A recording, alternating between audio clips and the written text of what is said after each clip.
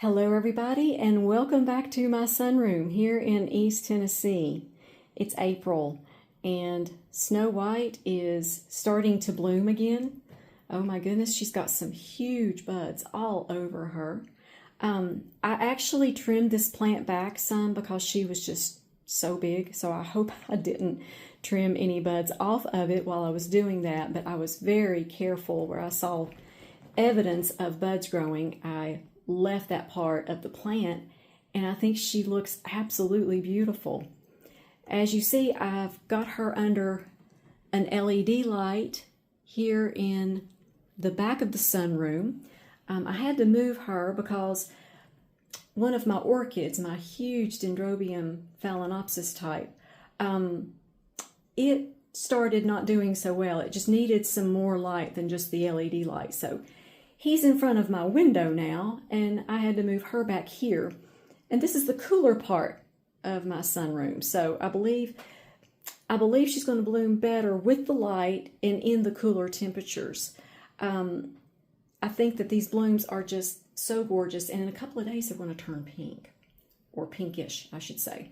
So I've got a big surprise for you all today. Just wanted to start off with something pretty for you all to look at. I always like to start out with blooms, but I've got something to show you. You're going to be so surprised. I told you that just as soon as I had news about my Easter cactus that you all would be the first to know. And look, there's buds. Buds on my Easter cactus. I am beyond happy. Now, the buds are only on the side of the plant that faced the sun. So what I'm going to try to do is once these start blooming out, I'm just going to kind of turn the blooms in towards the room and see if maybe the back side of the plant will also bloom. It works with my Thanksgiving cacti anyway, but there's blooms. I mean, there's buds all over this side of this cactus. I can't believe it. Let me tell you real quick what I did. From November 1st till probably about, I'd say March 1st, the general rule is to withhold water. Well, okay, we'll discuss withhold water, but to withhold water from November 1st through February 14th. So I did that through March 1st, really until I started seeing evidence of buds. What I did was when it started to shrivel, I gave it a little bit of water. I'm talking maybe an ounce or two, maybe once a week. But I noticed it didn't start even shriveling until the end of November. So I'd say this plant went 3 weeks without much water at all. When I say you have to stress the plant, you have to stress the plant, which for people who are nurturers like me, that is hard to withhold water from a plant. But if you don't do that, it's just not going to bloom. The temperatures and the light doesn't mean as much to it as the withholding of water. So now, for the past 2 weeks, I've been watering it with about 4 ounces of water once a week. And as you see, it's not as limp as it was last month. It's starting to perk back up. I'm not giving it more water than that, though. I think that if I did, that's going to be too much. And I noticed yesterday that when I gave it the 4 ounces of water, it didn't even take in that 4 ounces of water. It probably took in maybe 3 ounces. So it's very important not to overwater even at this time. They just don't, when they don't take it in, I don't believe they need it. That's how my Thanksgiving cacti are as well. They just get to a part of the year in the fall that they take in some water, but not nearly as much as they do in the summer.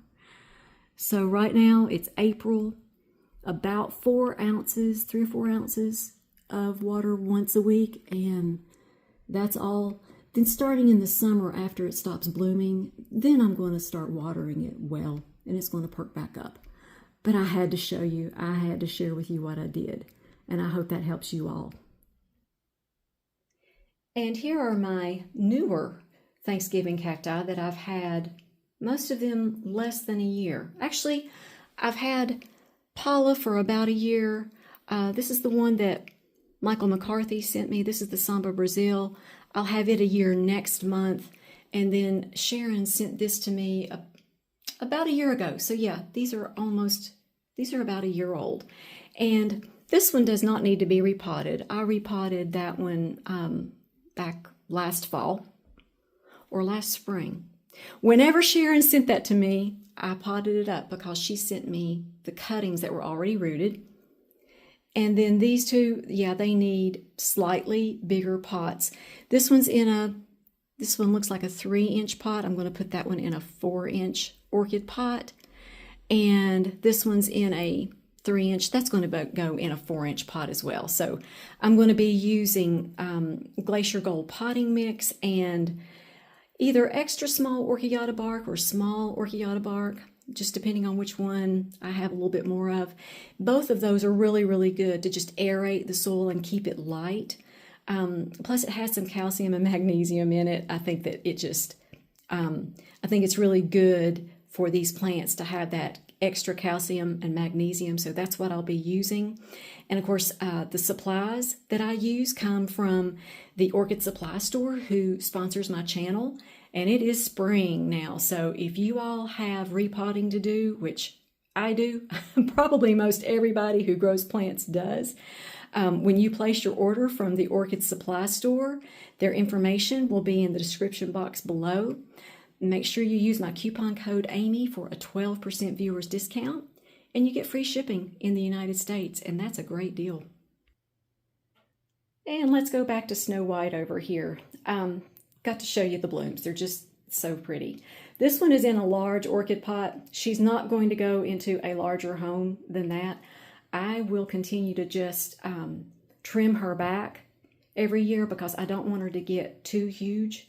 I have given Big Red such a haircut, my goodness, it looks like a jungle after I take all the cuttings off of him to keep him in the pot that he's in. So what I'm doing now is while they're blooming, while this one's blooming rather, I am watering it once a week. I let it run down in the bowl. There is a wick down in the bottom of that bowl, as you see.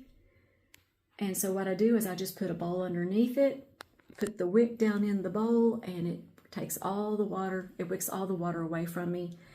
Makes the watering of these so much easier because when they get really big, they also get heavy. So that's how I water this one. This one's a gorgeous one. And here's Big Red, and he is in growth mode, as you see. Oh my goodness. He put off a flush of blooms about a month ago, but now he is in growth mode. So yeah, I still need to do a little bit of trimming on him, but he's much more manageable than he was. I water this one about once a week. The temperatures here are cool. We just went through what we call here in the South dogwood winter. The dogwoods bloomed, and with that we get another little taste of winter. And so really until summer starts, I don't need to really water them more than once a week. When summer hits and the heat really, kicks in, if they get dry in 4 or 5 days, I'll go ahead and water them. But that's how I water these. This time of the year in April, once a week is plenty for my environment. So I'll keep you all posted with updates as these bloom out. I am so excited that I got this thing to bud. It was really hard for me not to water it, but I thought if you water it, you lose any chance of it blooming for you this year. Now, next year, I've kind of got some adjustments I'm going to make, I think, to see if maybe it doesn't bud out a little bit better. I really think, though, that once these bloom out and I turn the plant around, I really do believe that the back of the plant will also bud. I'm going to show you. See the back of the plant? No buds. It didn't get as much light as this side of the plant. But I'm going to turn it around when these bloom, and we're going to see if we can't get that other side to bud and bloom too. It works with the Thanksgiving cacti, so I'm at least going to give it a try. And as I end the video, I just want to thank everybody for watching. Hope you all are having a beautiful springtime. And before I end the video, I would love to say the blessing over you, your families, and your plants. May the Lord bless you and keep you, make His face shine upon you, and be gracious to you. May the Lord turn His face toward you and give you peace. You all make it a great day. We'll talk to you next time.